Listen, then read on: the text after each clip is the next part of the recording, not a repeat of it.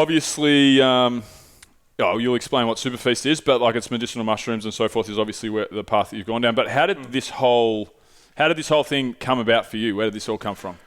Man, it just came like about 10 years ago, just a little bit over 10 years ago. I was just traveling around, Europe. I'd been, I was doing ski instructing and just a lot of vagabonding and bartending and all the good stuff. All the good stuff. I was having a lot of fun. There's been a scallywag, and it was on my last little long-term jaunt in South America. I just kind of had a little bit of a, some things have been accumulating in me for a long time, just around like just considering my health. But a couple of things just made me kind of like wake up to myself. I had like fungal infections and a bit of fatigue setting in. Yeah, I was in my early 20s, and I just had, a lot of us have that little pop, and I just went, oh shit, like that's the trajectory that I'm on. And I was like, maybe I'll alter my trajectory a little bit. And so it was the first time I'd kind of really considered the fact that I had like a bit of ownership and sovereignty over my life and my health.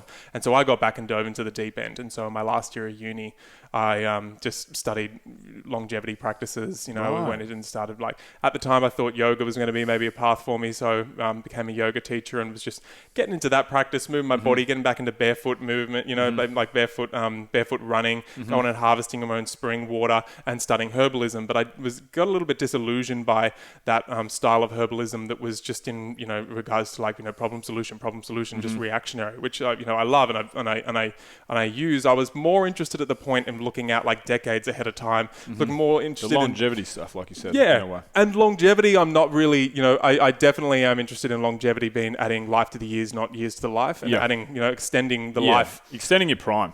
Or extending your happy years. Well, prime's full, because when you consider the fact of how many people are degenerating in our culture, and that's kind of like, I went in with excitement, but I had a couple of catalysts when I was really young and how much I was like, it scared the shit out of me looking at the rates of disease and degeneration. Yeah.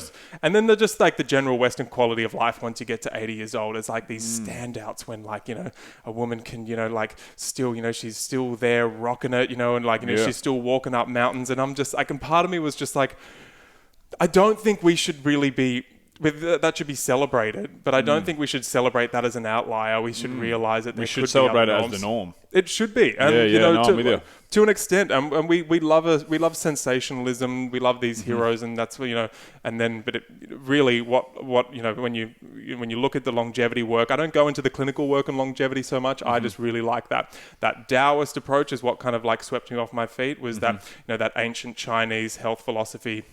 And just a general life philosophy, and I liked it because it was non-ideological. Yeah, and so it was basically, there's some pretty trippy cosmic shit. You can get it down. You can go down the rabbit hole with Taoism, or you could just leave it. Yeah, that's just good. Not so let's do everything you want, just not in excess. Let's just make sure that your food is as close to nature as possible, that it's appropriate for your constitution, that you're taking herbs regularly, that you're super hydrated, you have a meditative practice, you have a bit of a movement practice, you keep the chi moving in your body. It's nothing that's when everyone in the health industry isn't doing already. Yeah, it's not revolutionary. It's not revolutionary, and these things absolutely shouldn't be. I really will go down the route of all these mushrooms and herbs, and I can talk about these things, and I get very excited, but I at the same time I like to take them off a pedestal really quick, because none of this should be sensationalized, because what that does is it once again it appeals to the mind, which that's a bit of I always need to be my logic and my mind to be kind of like scratched a little bit to understand, make an informed decision. If I'm going to introduce this into my life, does it make sense? But at the same time, how do we do so that introduce it to the culture and really match someone's long-term intention that they have for health, and be like, what we want to actually be looking at is what you're going to be like in 20 years, 30 years, 40 years, 50 years. At least have that in your repertoire to tune for sure. into that. So at uni, when I was studying herbalism, it kept on coming back to Taoist tonic herbs. For me, a lot of people would have heard adaptogens kind of like kicking around. Like, I never got the tonic herbs that I deal with essentially are all adaptogens. And I like what adaptogens are. They kind of like kicked off in the 70s with Russian research. They were researching a lot of these Chinese tonic herbs that had been used for millennia, that had been identified as in the original Materia Medica, so the original text of herbalism over 2,000 years ago. We get our first herbal Materia Medica. And in it is a class of herbs, because it's classifying different classes, because there's people in cities now. We're not all living off the earth.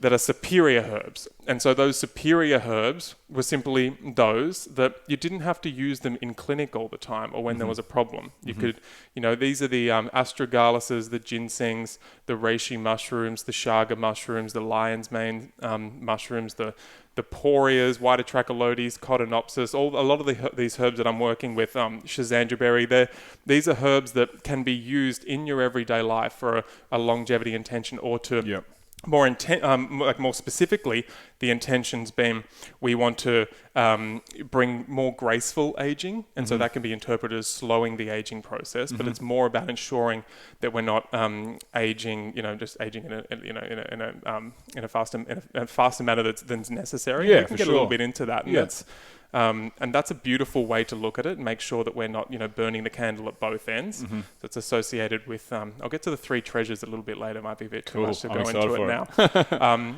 And then so our second intention kind of to bring lightness to the body. So we long term we're using these herbs in conjunction with making sure we've got a good breath practice. We're staying super hydrated. We're moving. We're being a contributing. We're contributing to our community, so on and so forth. It's just all about keeping the chi moving, and that's why we don't need we don't need excess. Excess is going to take us into that place where there might be a little bit of a deficiency of chi, which can just associate with a bit of deficiency of one of our organs. Maybe our spleen. Just like it's a little bit hampered or accumulates a little bit. Let me jump in there for a sec.